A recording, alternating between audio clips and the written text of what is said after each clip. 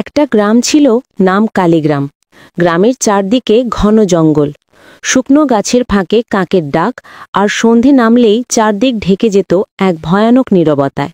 সেই গ্রামেরই দুটি ছোট বাচ্চা, ভাই জয় আর বোন তৃষা।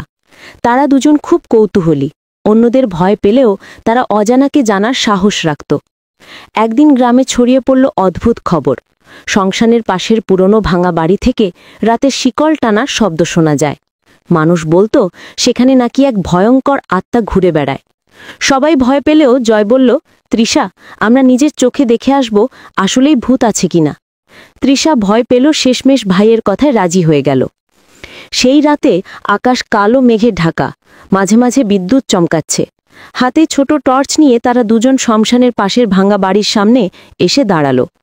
ভেতরে ঢুকতেই একদম ঠান্ডা হাওয়া বইল, ছেঁড়া পর্দা দুলছে, জানালাটা নিজে থেকেই কেঁপে উঠছে। মনে হলো কেউ যেন অদৃশ্য হয়ে তাদের পাশে দাঁড়িয়ে আছে। হঠাৎ দরজা ধপ করে বন্ধ হয়ে গেল, টর্চ নিভে গেল, চারদিক অন্ধকারে ঢেকে গেল। শুধু হালকা বাতাসের গর্জন আর তাদের নিঃশ্বাসের শব্দ। তারপরেই দেখা গেল অন্ধকারের মধ্যে থেকে এক লম্বা ছায়া ধীরে ধীরে তাদের দিকে এগিয়ে আসছে। তার চোখ দুটি লালচে আগুনের মতো জ্বলছে, হাতে ভারী শিকল টানছে। ছায়াটা থেমে গেল। টর্চের ক্ষীণ আলোয় দেখা গেল এক পুরুষ, লম্বা এলোমেলো চুল, মুখে দাগ, চোখে ভয় আর দুঃখ একসাথে। সে কর্কশ গলায় বলল, আমার নাম আরাফাত, আমি এই গ্রামেরই মানুষ ছিলাম। এক ডাইনির অভিশাপে আমি এখানে বন্দী। আরাফাতের কণ্ঠ কেঁপে উঠল, আমার মুক্তির একটাই উপায়, শ্মশানী পুরনো কুয়ার ভেতরে যে শিকল বাঁধা আছে সেটা ভাঙতে পারলেই আমি মুক্তি পাব।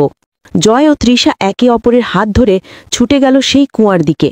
কুয়ার কাছে পৌঁছে দেখা গেল ঘন কালো ধোঁয়া উঠছে, চারদিক থেকে ফিসফিসানি, কে আমার অভিশাপ ভাঙতে চায়। তৃষা ভয় পেয়ে কেঁপে উঠল, কিন্তু জয় বলল, আমরা পারব। তারা কুয়ার ভেতরের মোর্চে ধরা শিকল ধরে টান দিল। শিকলটা চিৎকারের মতো শব্দ করে ছিঁড়ে গেল, আর সাথে সাথে আকাশে ঝলসে উঠল এক ঝলক সোনালি আলো। আরাফাতের মুখে শান্ত হাসি ফুটল, তার চোখের লাল আলো ম্লান হয়ে এলো। শরীর থেকে এক নরম আলো বেরিয়ে সে ধীরে ধীরে আকাশে মিলিয়ে গেল। ভোরবেলা কালীগ্রাম জেগে উঠল নতুন রঙে, পাখির গান, সূর্যের আলো আর মানুষের মুখে হাসি।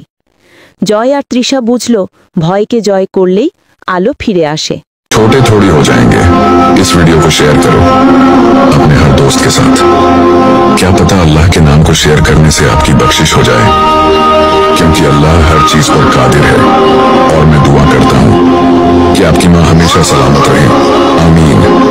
एक बार अल्लाह लिख दो साहब। छोटे थोड़ी हो जाएंगे। इस वीडियो को शेयर करो अपने हर दोस्त के साथ। क्या पता अल्लाह के नाम को शेयर करने से आपकी बख्शिश हो जाए, क्योंकि अल्लाह हर चीज पर कादिर है।